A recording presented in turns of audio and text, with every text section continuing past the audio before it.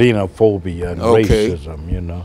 Yeah, well, that's the thing. And I want to talk about Hillary Clinton's speech and talk about what we can do. Yeah, pump her up as much as you possibly can, man, because Hillary said on yesterday that we have to appeal to every segment of the American whites, blacks, to encounter what's actually going on and challenge it. Because these folks, America First is talking about exactly America the First as we knew America yeah, First when the first term was first out. Yeah, America has always been a melting pot. That's right. You know. Yes, sir.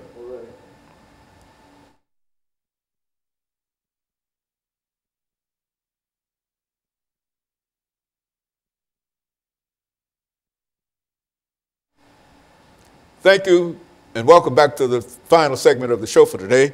We're talking to Dr. Lewis Baldwin, and the issue is the alternative right movement and its impact upon American society, especially the political society and the political election of 2016. And so, Dr. Baldwin, let's pick up where we left off, and this is our final segment. I think we've got about 9 minutes in this segment, but let's try to give our audience as much information as you can possibly give them concerning what we have to do and how we ought to react to this movement. And make it serious, because this is a serious... Yes, I think we have to react on a number of levels. This movement, of course, uses, as I said, the websites, social media, to advance its ideals, its values, its ideologies. So what we have to do is to use social media also to counter this kind of movement. We also have to appeal to our political leaders like Hillary Clinton and others, Democratic Party, Republican Party, to really face what's happening. Hillary Clinton made this speech, I think, back on August 16th about the alt-right, trying to warn us about what's happening in terms of its program of anti-immigrationism and anti-diversity and anti-multiculturalism. So what we have to do is to take this seriously. I don't think we are very serious about our response at this point about what's going on. We need to understand that what is happening with the alt-right is really a normalization of hate speech. And not only a normalization of hate speech, but the idea of bringing some intellectual respectability to hate speech and white supremacist rhetoric. And that's not what we are about in this country. We are a country that resulted from a melting pot of races and ethnic groups. Blacks, African people, Asian people, Latinos, European peoples. And we need to understand that that's what we are about. That's who we are. And if we understand that, I think we will counter any movement or oppose any movement that seeks to divide us on the basis of race and ethnicity and religion, which is what the alt-right movement is about. We are facing a challenge. And if we don't deal with that challenge through social media, the internet, through our politics, etc., then we'll go back, I think, to the 1920s and 30s in terms of race relations. Do you believe, Dr. Baldwin, that this is the most serious threat that we've had against American democracy since emancipation? Exactly. I think this is the most serious threat. I think the most serious threat to our existence as a nation is internal.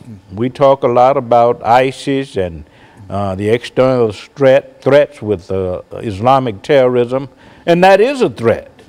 But I think the greatest threat to our survival as a nation is internal.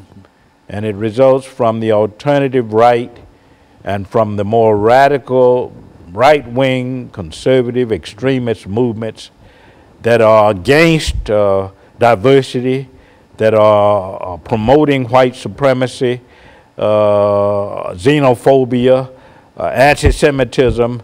I think that's our greatest threat. Nations, great civilizations are often destroyed from within, not from without. So we have to be concerned about what's going on in our society.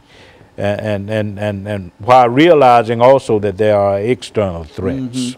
And so in a real sense, we've never had to really face anything like this alternative right, and especially its ability to sort of move into the regular political organizations, exactly. the regular political parties.